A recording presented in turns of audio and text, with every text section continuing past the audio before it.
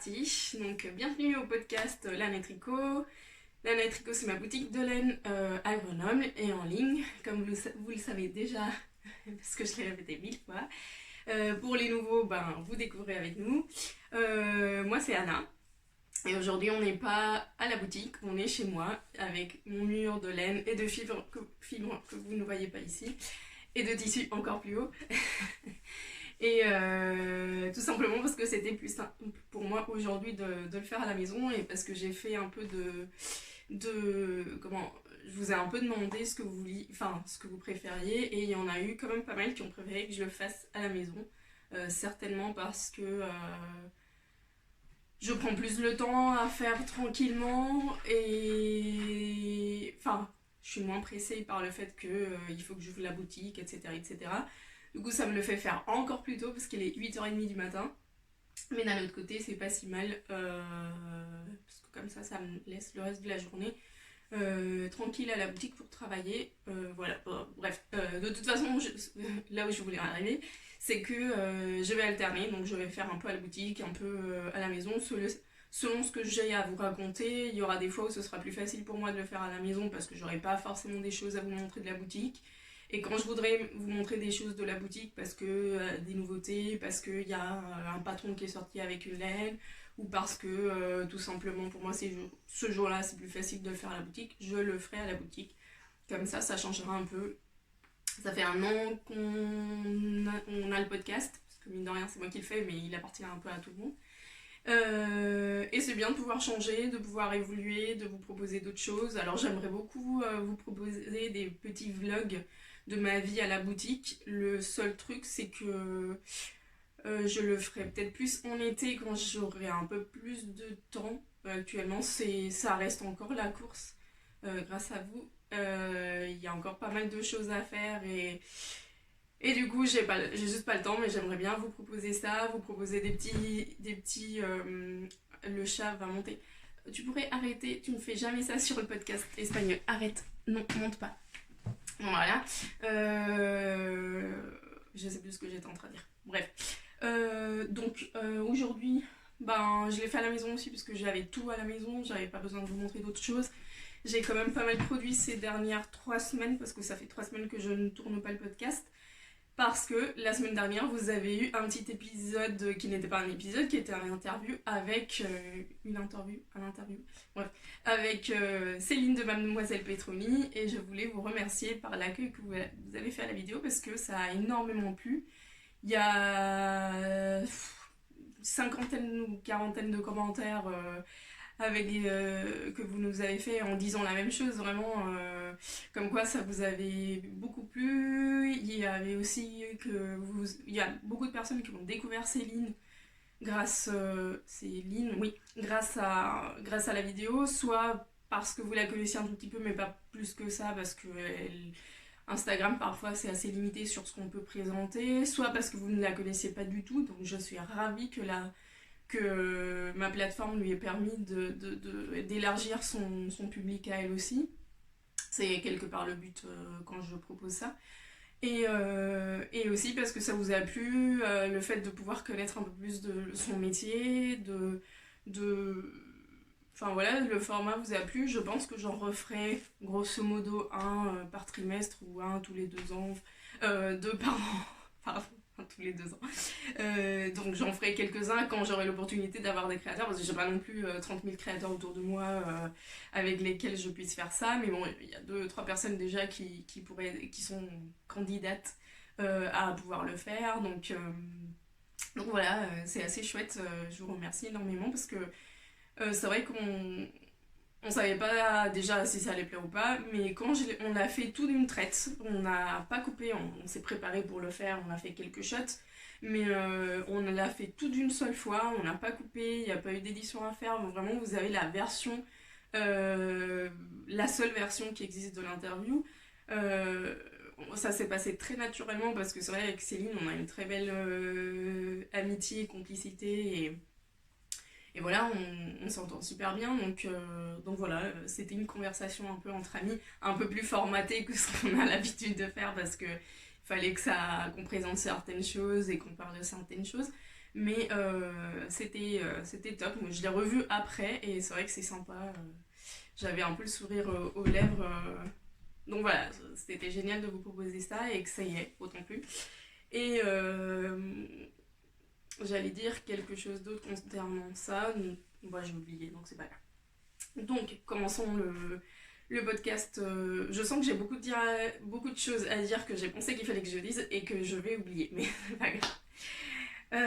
Donc du coup, podcast habituel, je porte, vous l'aurez déjà reconnu, le Albini cardigan de Orlan, tête bêche, que j'avais fait il y a maintenant peut-être 2 ans en...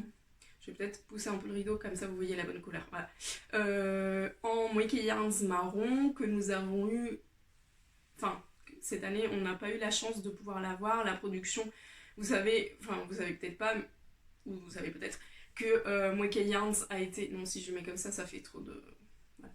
Moike Yarns est en pleine reconstruction des bâtiments où ils vont produire la laine, surtout au niveau de l'étape de tri et lavage des toisons et tout ça. Et du coup, la production a été très lente cette année. Notamment, par exemple, le marron, on n'en a pas eu du tout. Et on a eu le gris que pour le knit it, donc que pour le mois d'avril. Actuellement, j'en ai en stock, hein, le gris et les crus de la moquette. Je compte me faire l'année prochaine un vêtement avec le gris, j'ai pas encore décidé lequel, c'est peut-être le Albini, mais j'ai repéré un autre cardigan similaire à celui-ci, mais un peu plus grand et plus long. Bref, bon, le Albini qui a des petites poches, moi j'avais fait des poches vertes avec des restes de laine, parce que j'aimais bien le fait qu'il y ait un peu surprise. Et voilà, donc j'ai mon ami Anouk est en train de Anouk qui n'a pas d'Instagram est en train de le faire en Brusca de Rosa Pomar et il est super chouette. Donc la Brusca un peu moutarde, vert comme ça et il va être super cool aussi. Donc, je le mets beaucoup, vous le savez déjà. Et c'est une laine qui tient qui tient super bien. J'ai jamais rasé ce gilet. Et vous pouvez voir que, quand même, c'est la glace. Enfin, voilà. Donc, c'est la glace pour un fil single. Hein, je tiens à dire que c'est un fil, un seul brin. Dans les projets finis, j'ai 2 projets finis. Alors, lequel j'ai fini d'abord? Je sais même pas. Bon, c'est pas grave. Allez, je commence par le mili. Le pull mini que, quand je vous l'ai montré, était en étape... construction, déconstruction, semi-blocage, je sais plus trop où il en était parce que j'en ai parlé aussi sur le podcast en espagnol. Mais en tout cas, là, il est fini. Voilà. Tac. Il est fini, il a été porté, le mauvais temps est arrivé et je l'ai mis dans l'armoire. C'est un pull, alors c'est le mini pullover de je ne sais pas quelle créatrice américaine. Vous avez l'affiche sur mon Ravelry perso que je vais vous mettre sous la vidéo. J'ai tout bêtement copié Anna de Enabis parce que j'avais beaucoup aimé sa version. Elle disait qu'avec 2 échos c'était juste. Moi j'ai eu presque 50 grammes de reste, 42 ou 45 grammes de reste, donc c'est beaucoup. Sur 2 échos, donc je l'ai fait avec il pèse 160 grammes. Voilà, après l'échantillon est assez large, ça doit être un 22 mailles, quelque chose comme ça, il faudrait que je mesure. La laine, c'est la craquante. Alors, est-ce que je vais pas vous la montrer? Je fais comme les podcasteuses qui essayent de faire le focus et ça m'énerve.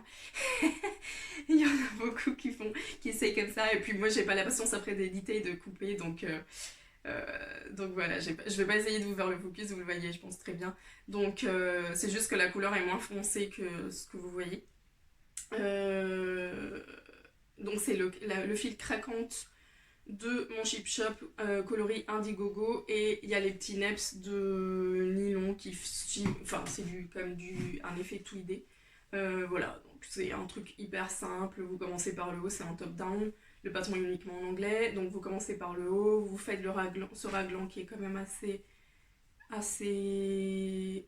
Enfin, ça donne beaucoup d'ampleur au niveau de l'emmanchure. Et après, vous finissez le corps avec des côtes de 10 cm.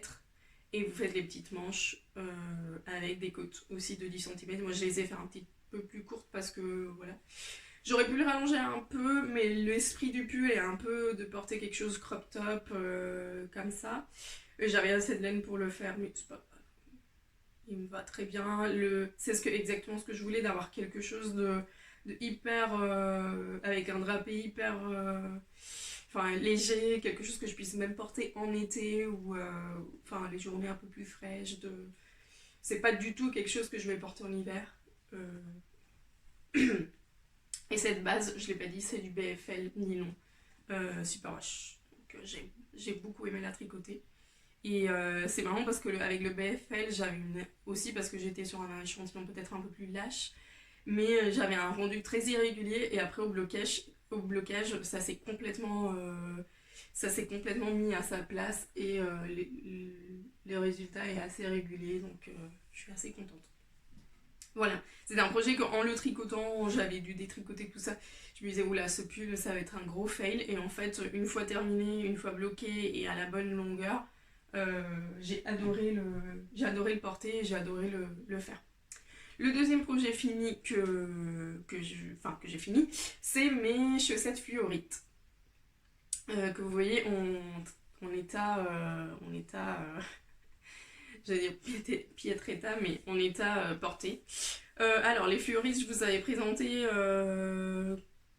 bon, pareil, je pense que l'épisode dernier, je les ai fait avec mes amies Laura, Julie, Mélissa. On a fait un mini-cal ensemble. Et la plupart d'entre nous avaient choisi d'Hélène quand Marion était venue, Marion Desvilaines.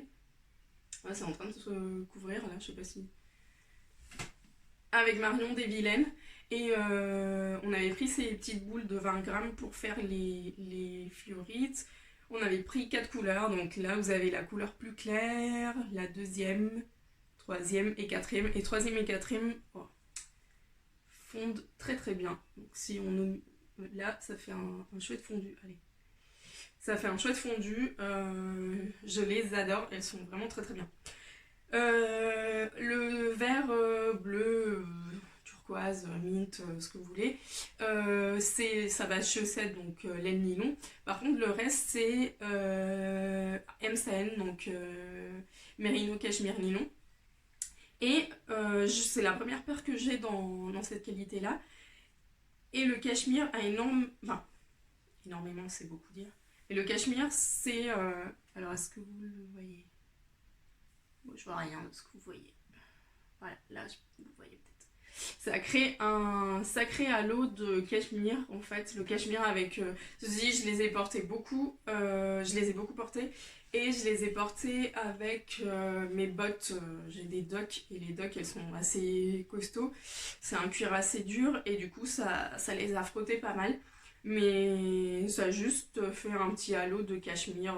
Voilà, je pense qu'en le rasant un tout petit peu, ça va partir et ça va le stabiliser. Mais voilà, elles sont vraiment... C'est la première fois que j'ai des chaussettes dans cette base-là. Et j'en ai déjà prévu une deuxième que je vous montrais tout à l'heure dans les acquisitions. Voilà, et elles sont très très chouettes. Est-ce que j'ai mes restes par ici? Bah, je dois les avoir quelque part, mais je les vois. Pour la troisième couleur, j'ai genre 1 gramme de laine, même pas. Et pour le reste, je dois avoir entre 2 et 5 grammes de reste. Donc avec 4 boulettes, vous avez largement ce qu'il faut pour faire une paire. Ceci dit, la paire, elle recommande 5 couleurs. Donc moi, si je devais la refaire, je mettrais 5 couleurs, comme ça elles peuvent monter un peu plus haut et on les voit un tout petit peu plus. Ce que j'aime actuellement faire, c'est porter mes bottes avec une robe et du coup que les chaussettes dépassent sur la botte. Je trouve ça trop cool. C'est mes délires pour pouvoir montrer les chaussettes tricotées là. Voilà, donc ça c'est les projets finis. Pour les projets en cours, il y en a plein de nouveaux que vous avez pas, que vous connaissez pas. Il y en a combien? Il y en a 4. Je vais commencer dans l'ordre. S'il y a un ordre, je sais pas. Oui, je pense que c'est ça. Donc, la première chose que j'ai montée juste après ça, vous l'avez peut-être déjà vu sur Instagram. J'ai participé sur un coup de tête comme ça, spontané comme je les aime, au The Simple Sock Collective de Melody Hoffman, donc Mandarine sur Instagram, que je suis depuis le début, enfin mes débuts de tricoteuse et que j'admire beaucoup. Et enfin, que j'admire en tant que designeuse et que j'aime beaucoup enfin, en tant que personne. Et j'ai un peu suivi avec un peu de curiosité cette histoire de Simple Sock Collective. Et en fait, c'est un club de patrons sur 3 mois. Donc mai, juin, non, avril, mai, juin. Je pense que c'est avril, mai, juin. Donc à chaque mois, elle lance un patron. Et en fait, en plus de ce principe de club, c'est aussi un mystérical et un mystery club parce que on sait jamais, il n'y a pas la photo de ce qu'on va tricoter. Il y a les explications bien sûr pour qu'on puisse suivre le patron, mais on ne sait pas quand on reçoit le patron quel est le patron de chaussettes qu'on reçoit. Et du coup, déjà cette idée-là, ça me paraissait sympa. Et en plus, sur comment dire, l'esprit un peu, c'est l'esprit de Mélodie, donc des patrons assez simples mais avec des détails, et aussi avec des laines non super brèches. Donc déjà ça me tentait parce que tout ça. Et puis en plus la première paire, elle faisait un mélange mohair et fil chaussette. Donc pour faire un peu des chaussettes de maison, un peu cosy, douillettes et tout ça. Et j'ai regardé, non, ça m'a beaucoup plu parce que j'en ai entendu parler déjà certaines fois et du coup ça m'a toujours intriguée de voir comment ça pouvait se passer. Et au niveau du mohair, de la résistance, enfin voilà, ce genre d'histoire. Et du coup, quand j'ai vu ça dans les explications du club et tout ça, je me suis dit, allez, je me lance et je le fais. J'ai regardé dans mon stage et mon idée principale, c'était de prendre il me restait une paire de chaussettes de mes Loyal Socks que j'avais tricotées. Enfin, je les ai montrées sur Instagram, c'est mes chaussettes en jacquard, là, bordeaux et jaune. Et j'avais de la Lousseau de Langue, qui est un fil comme ça poilu, et qui est un mélange de mohair avec d'autres choses. C'est pas le mohair kit silk classique, il y a 36% de mérino extra fine, 27% de soie, 19% de baby chameau et 18% de mohair. Donc c'est un fil assez classe que j'avais acheté pour faire un châle ou un truc comme ça et que finalement j'avais jamais utilisé et que c'est d'une douceur, mon dieu. Et du coup je voulais le faire avec la laine que j'avais utilisée pour mes Loyal Socks qui est le Mohair Blends 4-ply de Black Yarns que j'avais eu à Édimbourg 2017. Enfin, ouais. Donc c'est ce fil là que je vous montre. Voilà. C'est le Mohair Blend. Donc c'est un mélange de Pure New Wool, donc de la laine vierge, et 50% mohair, 50% laine. Voilà. Donc mon idée c'était de faire ça. Sauf que quand j'ai commencé le patron a uniquement 2 tailles. Il est tricoté en 2,25 et quand j'ai commencé avec ça, c'était beaucoup trop grand. Parce que il faut dire que la mohair laine là, même si elle est considérée comme une 4-ply, donc comme une fingering, c'est un fil. Alors je sais pas s'il est. Oui, c'est ça, Woolen Spun. Donc c'est un fil qui est cardé. Et du coup, c'est un fil cardé fingering. Et vous savez, si vous êtes familiarisé avec les fils cardés, que les fils cardés ont tendance à prendre un peu plus de volume et du coup à paraître un peu plus gros et être peut-être un peu plus gros. Donc du coup, ça faisait un échantillon, ça faisait presque de la sport et du coup, de la sport avec de la lace, ça faisait une chaussette trop grande. Donc je me suis replongée dans mon stash pour voir ce que je pouvais avoir qui irait bien. Et du coup, j'ai tout le temps des restes ou des pelotes de jarwell, de langue. Dans ce très joli bordeaux. vous ne voyez absolument rien, c'est nul. Dans ce très joli bordeaux et qui allait très bien aussi avec la Lousseau. Donc je me suis dit, allez, je le fais comme ça. Et voici le résultat. Donc voilà. Donc c'est un peu le... Mélodie a repris un peu le patron qu'elle a utilisé pendant l'hiver dernier pour le Thunder Hat et pour l'autre pull dont je sais plus le nom. Et du coup, elle a fait surtout le tube de la chaussette et sur le devant. C'est une chaussette qui commence du tube par la pointe. Vous pourriez très bien inverser si vous préférez tricoter de la pointe jusqu'au talon, jusqu'à comment dire, les côtes. Vous pouvez très bien le faire parce que le motif ne change absolument en rien le sens de la chaussette. Donc ça fait un effet chiné assez sympathique. Pourquoi j'essaie de vous montrer, c'est nul. Bon, il faut que j'arrête. Mais comme je sais que mon téléphone fait l'autofocus, je suis là, comme avec mon appareil, je pouvais jamais le faire. J'ai envie de vous montrer le détail. Bon, bref, j'arrête. Talon avec un gousset assez classique, heel flap and gusset, avec une technique que je n'avais jamais faite. C'est la technique de tricoter du point mousse en bordure de... Une fois que vous faites comme vous faites le rectangle là pour le talon, sur les côtés, on fait 3 mailles de point mousse.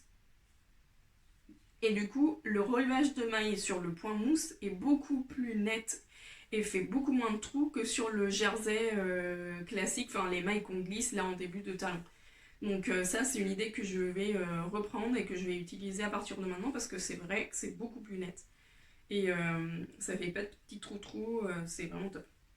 Donc voilà, ça fait une chaussette un peu plus grande que... Enfin, ouais, un peu plus grande que ce que j'ai l'habitude. Comment je l'ai mis pour vous montrer. Et ça va être un peu des chaussettes de maison. Voilà, vous voyez, il y a un demi-centimètre de plus ou 1 centimètre de plus. Ça va être un peu des chaussettes de maison ou d'hiver à mettre dans des bottes bien douillettes et tout. L'avantage du fil que j'ai choisi, même si c'est un fil très classe, l'avantage c'est qu'il n'y a pas que du mohair et pas que de la soie, il y a d'autres matériels, donc il va rester très chaud parce que s'il y a du mérinos, du baby chameau, tout ça. Et que je trouve que le mohair tout seul avec la soie peut être plus fragilisé parce que plus poilu et sous surtout sur les parties de frottement, donc le dessous de pied, le talon, tout ça, le mohair allait casser et allait se plucher, enfin voilà, il allait se couper. Là, je pense que le fait que le fil soit un peu moins poilu, enfin c'est pas qu'il est moins poilu, mais il est poilu différemment, il est très... C'est-à-dire, il est très poilu, mais les poils sont moins longs et plus collés au fil principal, qui est un fil en soie. Ouais, la soie, c'est le fil... Le fil intérieur, je pense que c'est un mélange de laine et soie, et le reste, le baby chameau, le mohair, sont frottés, et voilà. Donc là, je pense que ça va moins couper le fil de mohair, et ça va tasser le poil. De toute façon, je pense pas que je les porte maintenant jusqu'à l'automne prochain, donc ce ne sera qu'à ce moment-là que je pourrai vous faire un retour. Donc là, je m'étais arrêtée, donc j'ai fini la première, j'avais castonné juste la deuxième, et j'avais dû, là, vous voyez, elle est castonnée. Et j'attendais le réassort de Jawel parce que je n'avais qu'une seule pelote qui avait déjà été utilisée pour autre chose, donc j'avais pas une pelote entière. Et du coup, j'étais tombée en panne de Jawel, et maintenant que je l'ai reçue, je vais pouvoir continuer avec ma deuxième chaussette. Donc ça, j'ai l'impression d'avoir parlé pendant 3 heures de ça. Il faut que je me dépêche quand même et que je regarde l'heure qu'il est. Hop. Donc ça, c'est le premier projet. Le deuxième projet, c'est aussi une paire de chaussettes. Et là, c'est quelque chose d'un peu inattendu. J'ai une amie, Julie, qui adore faire de la teinture, donc juste en mode loisir, hein, mais elle adore nous faire des cadeaux. Donc elle fait des tests de teinture et après elle nous les donne et du coup nous on les tricote. Et on est très contente. Et elle aussi.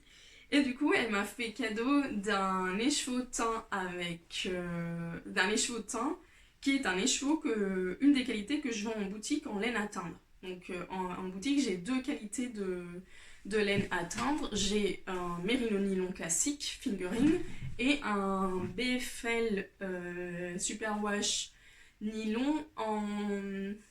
C'est pas de la sport, mais ça reste de la fingering. Enfin, ça reste de la fingering, mais elle est un peu plus courte que la Mérinos au niveau du métrage. Et en fait, Julie, elle s'amuse actuellement à faire des gradients.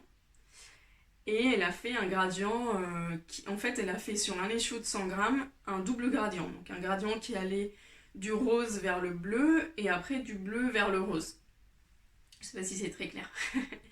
Et moi, du coup, j'ai divisé le gradient en deux. Et on a du bleu et du rose pour 2 chaussettes. C'est un fil chaussette. C'est un fil de brun qui est d'un moelleux et d'une douceur. Mais cette base, je l'adore. Et déjà, je l'adorais en écheveau non teint, mais en écheveau teint, elle s'adoucit, elle est douce. Enfin, je l'aime vraiment beaucoup. C'est bien pour ça que Julie me l'a offerte. Et vous voyez, vous allez voir le gradient, mais là, ça fait du rose plus foncé au rose au bleu. Voilà. Donc ça, c'est ma deuxième chaussette, future deuxième chaussette. Et du coup, j'ai commencé et j'ai presque fini la première. J'ai fait un mélange de... Alors, j'ai fait un mélange de 3 patrons. J'ai pris le patron que m'avait offert MJ, salut MJ, qui s'appelle le Vintage Fairy Lights de... Allez, tu vas y arriver. Non, je vais pas y arriver. Je le mettrai en lien. Ça, c'est pour le dessin. Ensuite, j'ai pris le patron du Fluorite Socks pour le côté jersey en vert. Et j'ai fait le talon d'un patron qui me tentait depuis longtemps, qui s'appelle le talon intégré. Integrated flap ou heel ou un truc comme ça. Je vous mets de toute façon tous les liens sans problème. Donc, je vais la retourner parce que si bien, je la tricote en jersey en droit, elle va être portée en jersey envers. Et la voici. Donc, en voyant le dessin, vous allez peut-être comprendre le patron que je vous disais là. Voilà. Donc, waouh, le gradient se voit super bien à l'écran. Voilà. Donc là, le gradient de cette partie-là se voit super bien. Ceci dit, il y a une toute petite transition qui en plus est plus petite parce que la transition est tombée pile au talon et du coup j'ai rétréci la transition, mais c'est pas grave, c'est un essai de teinture et moi je l'adore, donc c'est ça qui compte. Donc voilà, c'est les petites lanternes là de... C'est pas Susan B. Anderson, non, comment elle s'appelle cette... Enfin, je vous mettrai. Donc, ce que je voulais en fait, c'était des chaussettes très longues pour porter avec mes bottes et pour pas les porter avec les rhums. Mon but, c'est que cette partie-là, en fait, se voit sur la botte et le reste dans la chaussure. Donc, je les ai fait très très longues, vous voyez. Par rapport aux talons, elles sont très très longues. De façon à que ça se voit. Donc c'est pour ça que j'ai choisi ce patron là, parce que je voulais un patron texturé, mais je voulais pas faire toute une chaussette texturée. Je voulais juste quelque chose qui soit sur la hauteur. Et du coup, en regardant dans mes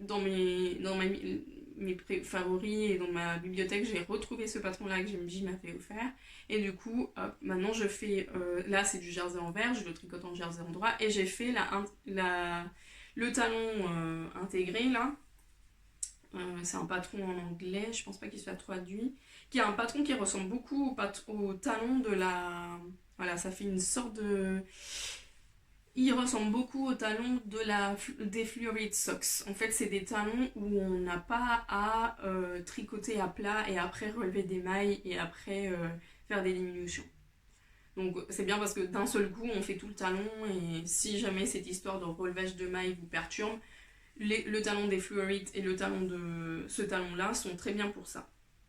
En fait, je m'amuse à essayer de nouveaux talons parce qu'en ce moment, mes élèves en cours sont hyper motivés pour des chaussettes. Et du coup, j'essaye de voir quel serait le patron le plus facile à montrer ou si jamais elles veulent apprendre d'autres types de patrons, que je puisse leur montrer d'autres types de patrons tout en suivant un patron qui soit payant, bien sûr, mais... Elles achètent le patron et moi je sais déjà le faire et j'ai pas à réfléchir pendant le cours, etc. Donc voilà mes chaussettes gradient de Julie. Voilà, donc elles sont assez chouettes, c'est assez chouette à tricoter et ça va être super sympa de porter ça sur... Enfin là c'est le jersey en drap, mais voilà, ça va être super sympa. Donc merci beaucoup Julie. Hop, donc ça c'est deuxième projet. J'ai eu un gros coup de motivation chaussette dernièrement, je sais pas pourquoi. Donc voilà. Le troisième projet, c'est un test. Alors, comment je vous explique pourquoi je me suis lancée dans un test? J'ai mis en boutique quelques soldes de fin de lot, fin de bain, fin de collection. Et il y avait 4 pelotes de Malou Light. Donc je vous la montre. C'est celle-ci, c'est aussi de la langue. C'est un mélange 72% alpaga, 16% nylon, 12% laine. Donc c'est un fil extrêmement doudou, chaud, cocon. Tu as envie de porter ça tout le week-end et de rester à la maison tricoter. Pas la boutique de laine, la maison tricotée, mais à la maison pour tricoter. Donc c'est la Malou Light de langue et vous ne voyez rien. Et du coup, il y avait 4 pelotes de ce coloris-là, vieux rose merveilleux, et 4 pelotes que j'avais mis en solde de ce gris un peu chiné. Et en les voyant ensemble dans les sacs là pour être déstockés, je me suis dit, oh, le beau long gilet que je veux me faire, il serait trop beau dans ces 2 coloris, nanani nanana. Enfin, ça m'arrive tout le temps de voir des laines dans ma boutique et de dire ah ça avec ça, ah ça avec ça. Et du coup, dans mon espoir et dans l'idée de pouvoir porter plus de robes avec mes bottes et mes chaussettes tricotées, il me faut aussi pour porter mes robes en hiver des gilets qui sont soit des petits gilets courts, soit des gilets longs. Voilà, c'est ma théorie à moi, qui n'est pas du tout valide, j'imagine, ou pas pour tout le monde. Et me voilà à la recherche sur Ravelry de patrons de gilets longs en worsted, des cas pour cette laine-là. Je lance ma recherche, je trouve des modèles qui me plaisent et tout ça. Si jamais vous voulez voir ce que j'ai mis en favori, vous pouvez aller dans mes favoris Anna Baldous sur Ravelry et vous les voyez. Parce que à chaque fois que je fais une recherche comme ça, je sauvegarde tout ce que j'aime et du coup il y a des parties qui sont que châles quand j'ai recherché des châles, puis il y a des parties c'est juste des t-shirts d'été parce que j'ai recherché que des t-shirts d'été, donc du coup c'est un peu thématique, vous voyez l'évolution de mes recherches selon mes favoris. Et je me suis un peu arrêtée en me disant bon. Et il y a Souvi Simola, donc Souvi Knits, qui a lancé quelques jours après un appel au test d'un long gilet dans exactement le même type de laine. Et du coup, j'ai pas pu. Je lui ai envoyé un mail en disant tiens, j'ai la laine, si jamais il te faut des testeuses, je me propose. Et elle m'a pris. Donc, me voici en train de tester un truc en plein mois de mai que je ne vais porter que en hiver, mais c'est pas grave, ce sera prêt, je n'aurai qu'à le mettre. Et ce sera déjà fait. En plus, ça va vite parce que c'est des aiguilles 5 mm. Donc voilà. Donc, j'ai très rapidement avancé sur ce projet. C'est juste que je l'ai mis en pause pendant une semaine pour faire le 4e projet et dernier projet en cours. Mais je vais quand même vous montrer mon avancée. Donc, c'est un gilet en drop shoulder. Donc, vous voyez, la manche va arriver, enfin, l'emmanchure arrive à la moitié de mon bras quasiment. Donc voilà, j'aime assez l'effet rayure. Et je vous avoue que le gilet n'est pas en rayure, hein. Le gilet est uni. C'est un petit col V et après il y aura des boutonnières et tout ça. Donc, je me suis inspirée du dernier patron de Andrea Mori. C'est un pull drop shoulder avec des rayures. Parce que quand j'ai vu que c'était une construction en drop shoulder, je me suis dit, zut, comment ça va marcher pour les rayures? Je me suis dit, allez, il y a quand même pas mal de patrons à rayures dernièrement et tout ça, et je suis allée voir, et je suis tombée sur le dernier d'Andrea Mori, qui est un drop shoulder avec des rayures, et ce qu'elle a fait, je vous le dis si jamais, enfin vous pouvez le découvrir vous-même en allant sur Ravelry, mais je vous le dis quand même, c'est qu'elle avait divisé l'emmanchure en deux. Elle l'avait divisé donc sur la moitié en coloris le plus fort ou le plus prenant visuellement et la moitié en gris. Et du coup, c'est ce que j'ai fait. Et après, les manches, bah, ça va pas, les rayures ne vont pas coïncider avec le corps. Mais j'ai vu celui d'André Amoury, ça m'a tellement plu que je me suis dit, allez, je sais que ça va marcher, que ça peut marcher, que ça sera joli. Et je vais le faire. Donc il est assez long, il arrive au-dessus du genou, quelque chose comme ça. Et voilà, ça, je l'ai fait ça en même pas une semaine, donc ça va aller assez vite. Je pense que je vais le mettre en rond et que je vais le sticker. Parce que là, je suis arrivée sous les emmanchures, c'est aller-retour, c'est un peu long. Et comme moi, j'ai pas beaucoup de différence en circulaire et à plat, je pense que je vais le mettre en rond. Je vais finir la rayure grise là, et je vais le mettre en rond et après je couperai. Voilà, c'est un gilet vraiment tout simple. Il y a un petit détail de maille en verre de point mousse ici. Mais sinon, pour le reste, c'est quelque chose de très très simple. Ça va être très léger, c'est l'avantage de longs gilets avec ce genre de laine. C'est pour ça que quand j'ai vu cette laine-là, tout de suite, c'était un gilet long. Enfin, ce qui me tentait le plus. Parce que ça va pas être un gros gilet en laine lourde, qui va se déformer. Donc voilà, j'ai très très envie de le reprendre parce que ça fait pile une semaine que je ne l'ai pas touché et il faut que je le finisse quand même pour le 2 juin, je crois. Donc voilà. Bon, après le patron, et franchement, on n'a aucune... on est toutes... Il y en a qui sont plus avancées que moi, qui sont déjà arrivées aux poches parce qu'il y a 2 poches et personne n'a trouvé d'erreurs, quoi. C'est... Vraiment, j'ai pas l'impression de faire un test, j'ai juste l'impression de faire un cal, c'est trop bien. Donc ça, c'est pour ça. Donc Suvi Simola, c'est une créatrice finlandaise, il me semble. Je n'ai jamais tricoté de patron d'elle avant, mais elle a de chouettes patrons, donc je vous encourage à aller voir ce qu'elle fait. Et pour mon dernier patron, en fait, projet, en fait, je pars en Espagne quelques jours, du 16 au 21 mai, donc ça vous intéresse parce que la boutique sera fermée du jeudi au mardi, donc le jeudi et le mardi inclus au niveau de la fermeture de la boutique. La boutique en ligne restera ouverte, mais les expéditions ne reprendront que le 22. Donc comme je pars quelques jours en Espagne, j'avais envie de tricoter un truc à ma soeur depuis l'été dernier, depuis le mois de mai dernier. Et c'est le Day-Chain. Le Day-Chain que j'avais fait pour moi en Bordeaux. D'ailleurs, je l'avais fait aussi en langue, en lino de langue. Et je ne suis pas sponsorisée par langue, je vous le promets, mais c'est une marque que j'ai en boutique. Ils proposent énormément de qualité, comme vous le voyez, hein, ça part du fil chaussette tout basique au fil hyper avec plein de belles matières, au fil pour tous les jours. Enfin, ils ont vraiment, pour vous dire, et celles qui viennent à la boutique le savent, le catalogue hiver est grand comme ça. Je n'exagère pas, il est peut-être plus épais, il est comme ça.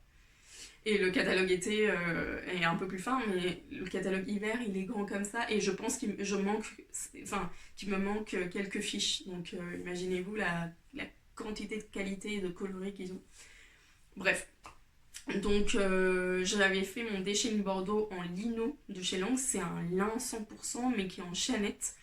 Même type de fil qui avait été utilisé pour le Day-Chain par la créatrice. Et d'ailleurs, le Bordeaux n'existe plus. La couleur, ils ont gardé toutes les couleurs, sauf le Bordeaux.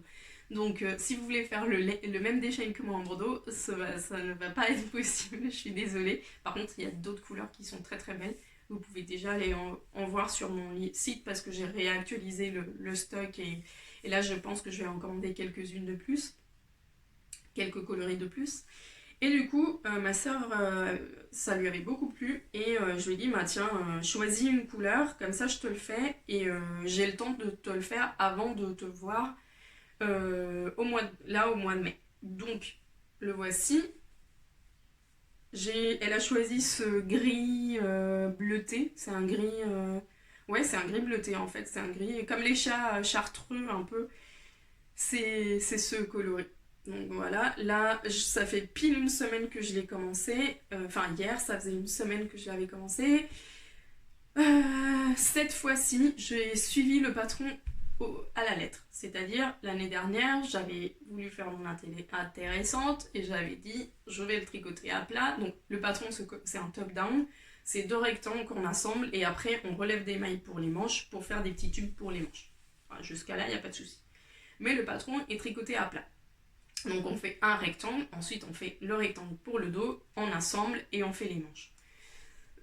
L'année dernière, je me suis dit, c'est pas grave, moi ce que je vais faire la partie du haut du dos, j'assemble, et du coup, après les emmanchures, je tricote en circulaire.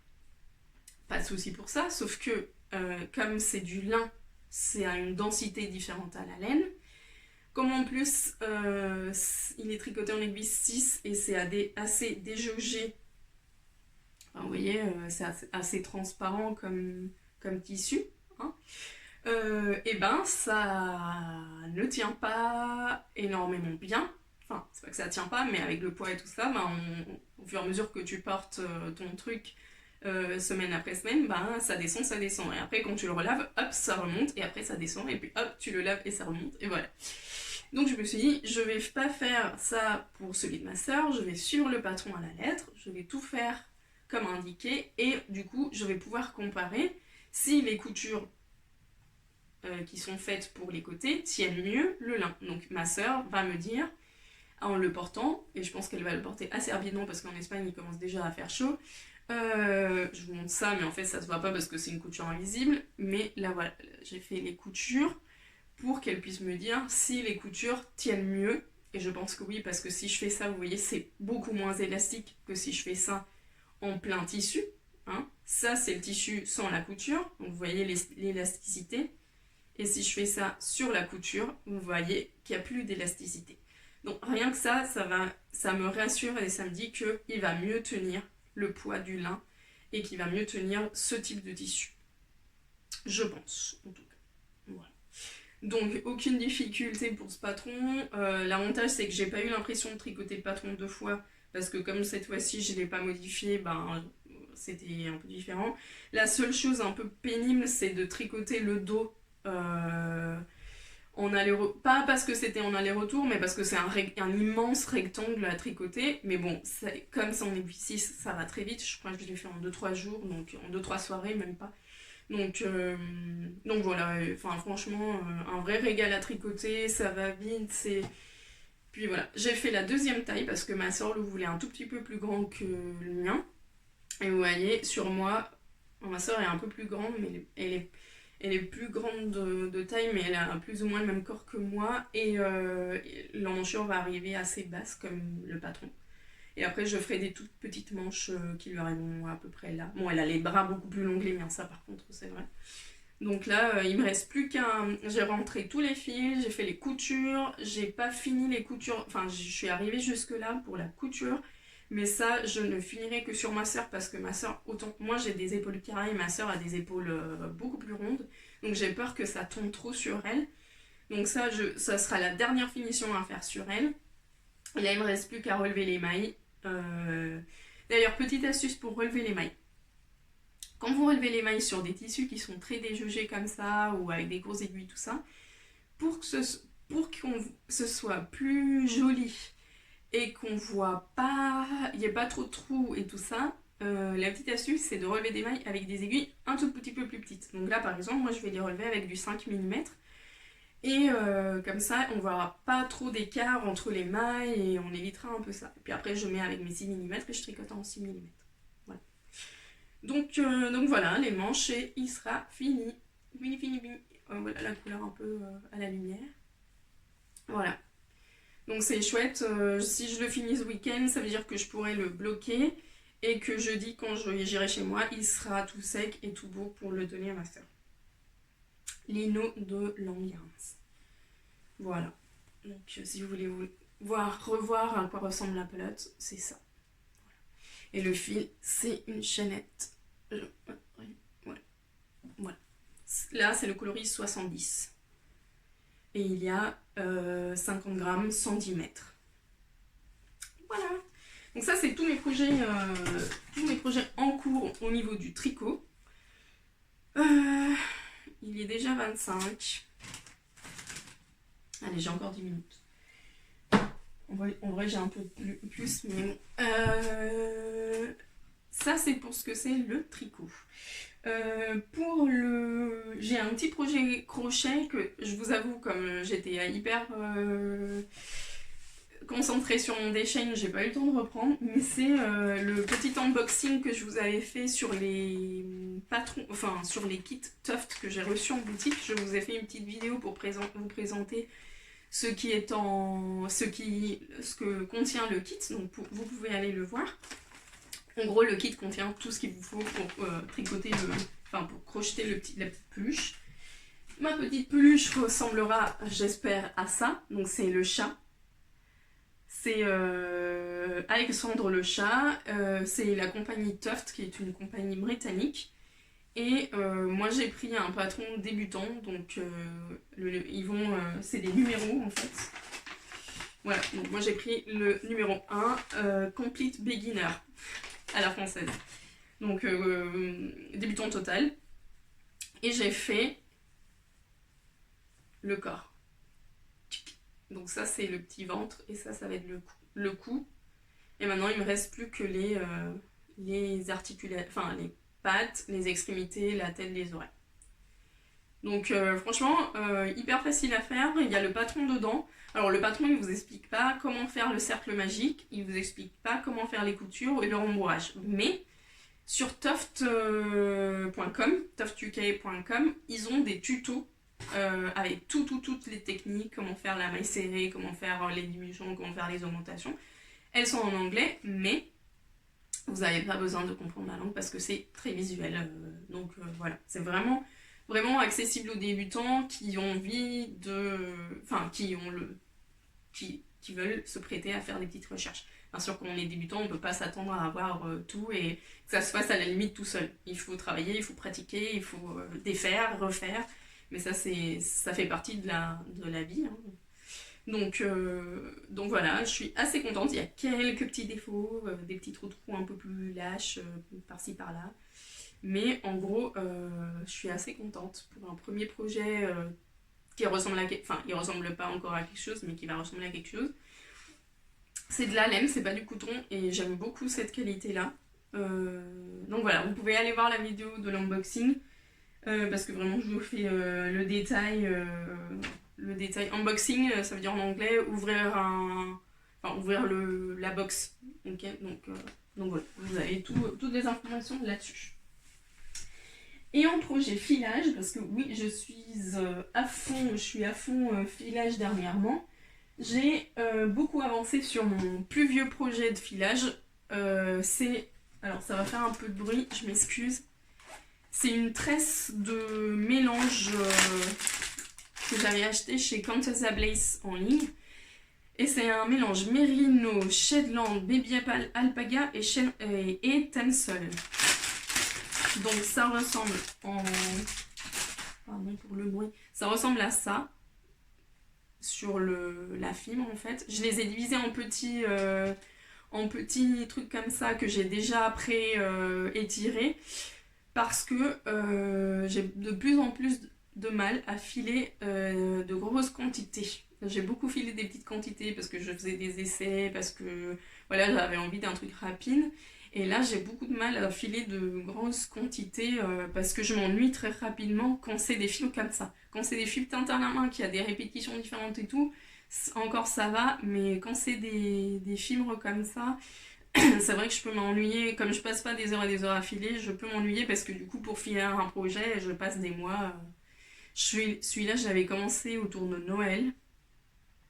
Et il y a du bleu, du vert, le blanc qui brille un peu, c'est le Tencel. Mais j'ai quand même pas mal avancé. Je crois que maintenant j'ai filé plus de la moitié de mon truc et de mon top, de mon ruban. En français, ça se dit un ruban. Et je suis en train de faire un fil un peu lace. Vous voyez? Lace pour faire je vais faire un Navajo. J'ai pas envie de faire un deux brins. Je vais faire un Navajo, donc un 3 brins. Voilà, un chain ply qu'on appelle aussi. Voilà. Donc, je suis assez contente du résultat. Je suis en train d'obtenir un fil assez régulier. Enfin, non, je mens. C'est pas assez régulier, mais au moins, comment dire, il y a des parties qui sont plus ou moins fines ou plus ou moins épaisses, mais ça fait pas, si ça c'était le fil, ça fait pas comme ça. Genre, c'est plus gros, c'est plus fin, c'est plus gros, c'est plus fin. Ça fait peut-être plus fin, et puis tout d'un coup un peu plus épais, plus fin. Je sais pas, c'est régulier dans la longueur, mais pas dans la. Je comprends même pas moi ce que je suis en train de dire. Bref, je suis assez contente, ça me plaît beaucoup, et les couleurs sont chouettes. Je sais pas du tout ce que je vais faire avec le fil. Certainement l'offrir, parce que je m'amuse à faire ça. Et voilà. Et j'ai un autre projet de filage, mais je ne vais pas vous en parler parce que j'ai quelques questions qui m'ont été posées sur les réseaux. Et je vous avais demandé si vous aviez des questions pour le podcast. Et du coup, je vais répondre à ces questions assez rapidement. Alors, Gmail. Parce que comme elles sont sur mon téléphone, en fait, j'ai dû me les envoyer sur Gmail et c'est avec ma tablette que je vais avoir accès aux questions. Donc, allez.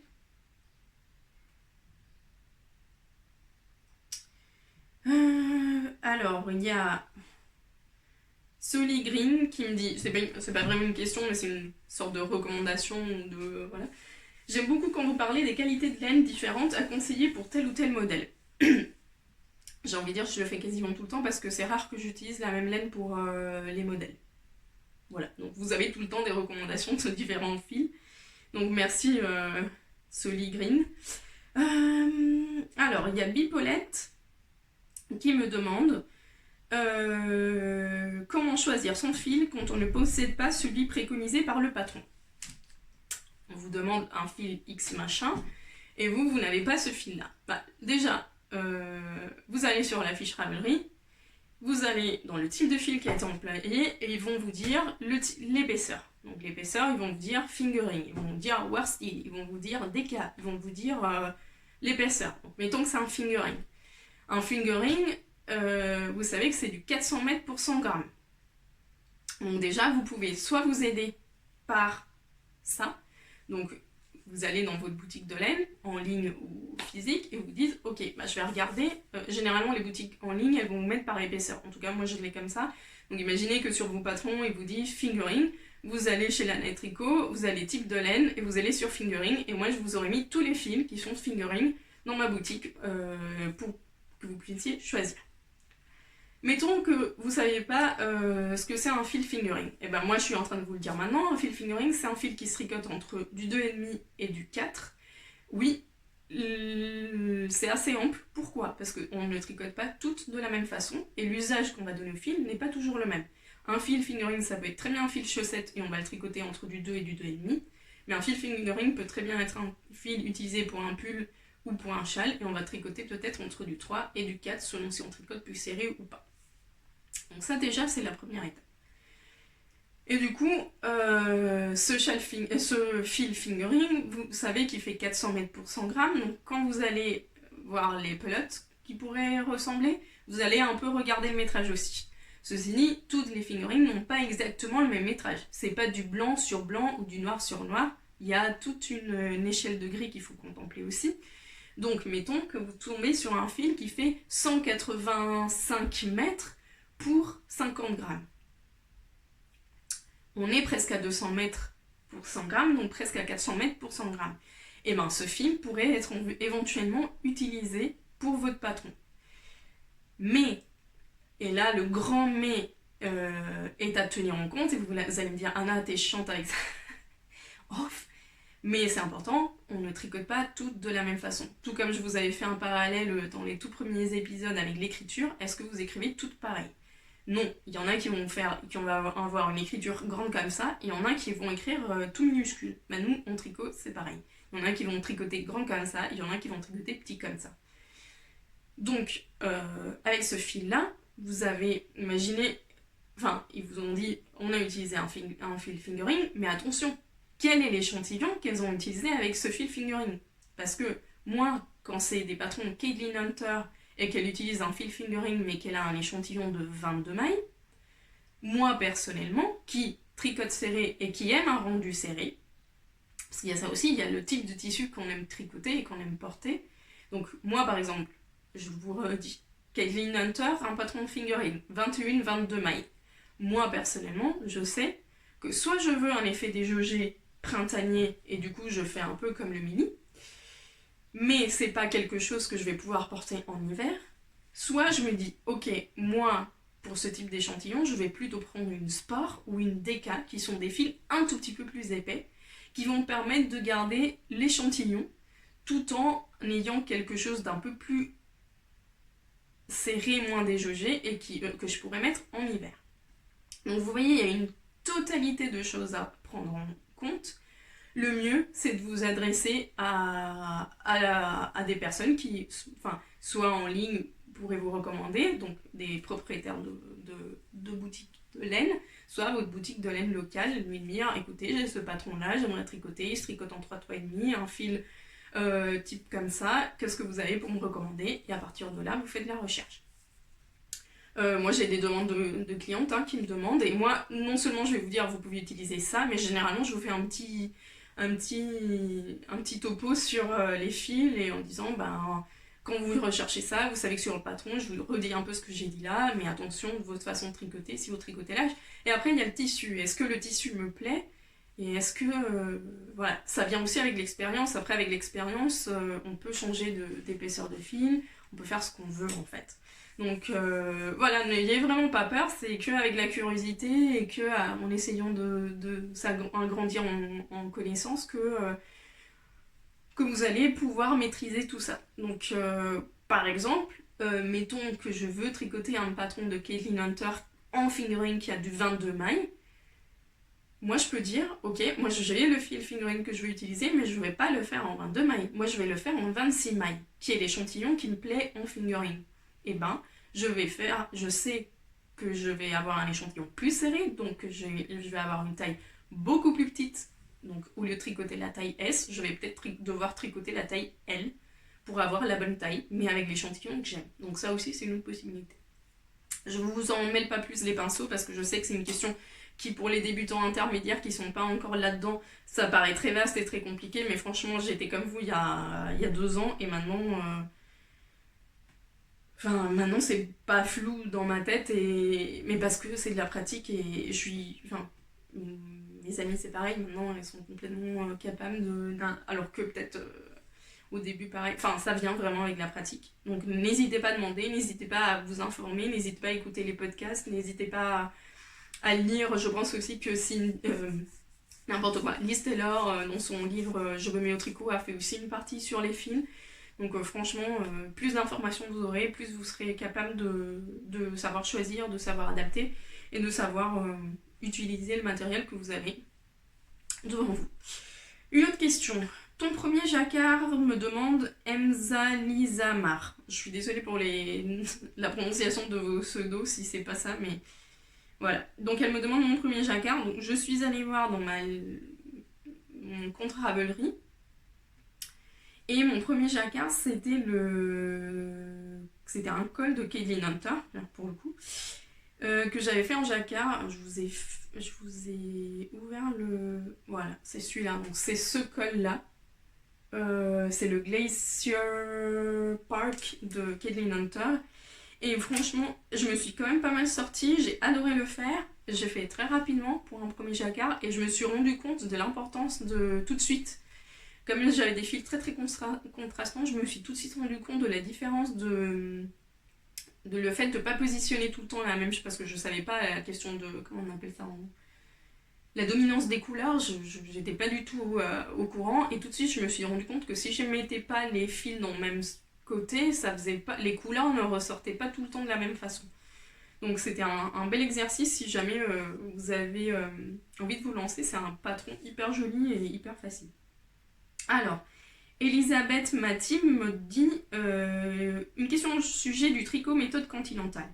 Je tricote très régulièrement avec le fil à la main droite. Je m'essaye au point jersey avec le fil à main gauche. Le tricot est irrégulier, comme si j'avais pris un fil un peu tordu. Et la question continue, mais ma capture d'écran est nulle. Désolée. En fait, sa question, c'est que elle essaye de tricoter à la continentale, mais elle trouve que l'effet est irrégulier. Moi, je ne suis pas une tricoteuse à la continentale. Je tricote le fil à la main droite. Je tricote assez régulièrement et assez serré, tout en ayant des tissus qui sont agréables. C'est pas du tissu rigide, raide, machin, mais je tricote un peu plus serré. Et c'est vrai que je n'ai pas fait une pièce entière, ou même pas 5 cm de continentale, même si je sais tricoter à la continentale, tout simplement parce que j'adore tricoter de la façon à la main droite, j'adore le résultat que j'obtiens, et je n'ai pas forcément envie de changer ma façon de tricoter. Et du coup, si tu n'aimes pas le résultat que tu obtiens à la continentale, ne le fais pas à la continentale. Ceci dit, c'est normal que quand on change d'une méthode à une autre, on soit plus irrégulier parce qu'on est moins à l'aise, parce qu'on est en train de s'habituer à une nouvelle technique. C'est comme les premiers tricots que ce soit à la main droite ou à la main gauche, bah, ils sont un tout petit peu plus irréguliers parce qu'on est en train de prendre le coup de main et que tout ça. Donc je t'encourage à continuer à la continentale, fais-toi un projet entier, type une paire de chaussettes, un col, enfin vraiment un petit projet qui te permette d'exercer le tricot. Mais si même après ça, le résultat ne te plaît pas, ne te force pas non plus à tricoter dans une méthode qui ne te convient pas. Voilà. C'est vrai que j'ai tendance à voir que les personnes qui tricotent à la continentale ont tendance à tricoter un peu plus lâche. Ce n'est pas le cas pour tout le monde, ceci dit. Mais franchement, faites-vous plaisir. Le tricot, c'est que de plaisir. Donc si vous n'aimez pas ce que vous obtenez en continentale, vous restez avec la main droite. Si vous aimez pas ce que vous faites à la main droite, faites à la main gauche, faites ce que vous voulez. En gros, c'est du plaisir. Il n'y a pas de préétabli, il n'y a pas de conditions, vous n'êtes pas moins cool ou plus cool si vous tricotez d'une façon ou de l'autre. Vous n'êtes pas plus tendance ou moins tendance. On s'en fiche en gros. Enfin, on s'en fiche pas de ce que vous faites, mais on s'en fiche de façon de tricoter. Quand on est dans les Knit Light, on regarde toutes les filles autour de nous et il n'y a pas une seule, même si elle tricote à la continentale ou à la méthode anglaise ou française, on ne tient pas toutes le fil de la même façon, on ne fait pas tous les mêmes gestes, la maille en vert on la fait pas de la même façon. Enfin vraiment il y a 1000 façons de faire. C'est comme l'écriture, on n'écrit pas tous le B de la même façon, on n'écrit pas tous le C de la même façon, le A, le E, enfin voilà. Et en plus, culturellement, on a différentes façons d'écrire, donc culturellement, on a différentes façons de tricoter. Donc je vois pas où est le problème. Mais franchement, il faut pas se forcer, si au bout d'un moment, on en a marre ou on n'aime pas le résultat, il s'agit juste de changer, de faire autre chose. Alors, il y a Geeky Woman 35 qui me dit « Coucou Anna, est-ce que c'est possible de filer la laine à chaussettes ?» Et elle rajoute plus précisément « Est-ce que le nylon fait déjà partie de la fibre qu'on achète ou est-ce qu'il faut l'ajouter ?» Alors, en fibre, vous avez les deux options. Vous pourrez acheter un mérinos ou un fil laine et du nylon et les filer ensemble ou les préparer ensemble pour mélanger le nylon à la laine, le filer ensemble et obtenir un fil qui pourrait convenir à des chaussettes. Alors, c'est pas parce que vous avez une fibre qui peut convenir aux chaussettes que le fil que vous obtenez derrière va être bien pour des chaussettes, parce qu'il faut qu'il soit quand même assez bien retordu, qu'il soit pas trop fin, pas trop truc, mais bon, généralement, le mélange va quand même aider à que l'usage de la chaussette soit plus correct, ou qu'elle dure un peu plus. Ceci dit, vous avez des mélanges qui sont déjà pré-préparés avec du nylon, donc, comme celui-ci. Ça tombe bien que je l'ai à la maison parce que je suis juste en train de... Ça, c'était mon deuxième projet filage. Je suis en train de filer des mini de 20 grammes dans cette fibre-là pour les utiliser en petit échau contrastant pour mes fils chaussettes. Donc que vous voyez ici, c'est un mélange laine-nylon. Le mélange est déjà fait, alors à l'appareil, je pense pas qu'il se voit, mais on voit le nylon dans la fibre parce qu'il est un tout petit peu plus clair que la laine. Et c'est des mélanges qui sont déjà faits, qu'on peut acheter et qui sont prêts à teindre et à filer. Il y a certaines teinturières qui proposent des fibres teintes à la main qui sont avec ce type de mélange. Donc BFL nylon, Merino nylon et tout ça. Donc ça aussi, vous pouvez faire des recherches dans les teinturières ou dans les personnes qui travaillent la fibre pour obtenir des bases. Celle-ci, je vous la montre aussi parce que je vais la mettre sous peu en ligne. Donc vous aurez la possibilité d'acheter de la fibre avec du nylon pour tricoter pour les chaussettes. Donc atteindre et filer ou affiler et atteindre. Moi je vais filer d'abord et teindre après. Voilà, pour avoir un fil qui soit plus consistant au niveau de la couleur. Et voilà, je pense que j'ai tout dit, je pense que j'ai répondu. Je vais quand même vérifier que j'ai pas laissé de questions. Je pense qu'il y avait d'autres questions, mais j'ai par maladresse, j'ai effacé toutes les captures d'écran que j'avais sur mon téléphone et je m'étais pas souvenue que j'avais fait des captures d'écran sur des questions que vous m'aviez posées. Mais si jamais vous avez d'autres questions, n'hésitez pas. J'ai aussi d'autres questions concernant le test knitting et le simple knitting. Comment on pouvait faire pour devenir simple knitting, test knitter et tout ça, dû à l'épisode avec Céline. Et en fait, si vous voulez être testeuse pour Céline, il suffit de la contacter directement, soit par Instagram, Ravelry, et puis elle a son adresse mail. Et moi, si vous voulez être simple knitter, donc tricoter pour la boutique, il s'agit juste de m'envoyer un mail à travers le formulaire de contact de la boutique en ligne en disant « Coucou Anna, j'aimerais être dans ta liste de simple knitting. » Moi, je vous rajoute à la mailing list. Et quand j'ai des demandes de simple knitting, et ben, je envoie un mail à tout le monde, type newsletter, et vous me répondez si vous voulez le faire ou pas, et je vous sélectionne ou pas. Donc voilà, n'hésitez pas si jamais ça vous intéresse. Je vous laisse, il faut que j'aille au travail. Donc la semaine prochaine je suis en Espagne, donc on se revoit dans 2 semaines si tout se passe bien. Et demain je vais voir une partie d'entre vous peut-être parce qu'on a la première édition des tricotés de l'Anaé dès samedi. Maintenant à partir du mois de mai, on va avoir le premier samedi du mois, l'après-midi, il y aura un tricoté. Donc, tout comme les Knit Nights, c'est le premier vendredi du mois. Là, les tricotés, ça va être le 2e samedi du mois. Et comme ça, il y aura des personnes qui habitent un peu plus loin, ou qui sont de Lyon, ou qui sont un peu de la région, qui ne veulent pas venir à la Knit Night parce que ça leur fait quand même un trajet la nuit, etc. Et ben, elles peuvent venir le samedi après-midi, passer un bon moment avec nous. En plus, c'est de 14h à 19h, donc vous venez quand vous voulez, vous partez quand vous voulez. Pour le moment, c'est sans inscription, mais si je vois qu'il y a vraiment beaucoup de monde, je vais peut-être limiter à un certain nombre de places pour une question de gestion de chaises et de personnes, tout simplement, parce que si on est 30, on ne va juste pas rentrer. Bon, après, je pense pas qu'on soit 30, mais voilà, donc voilà, je verrai une partie d'entre vous demain, et à très bientôt. Salut!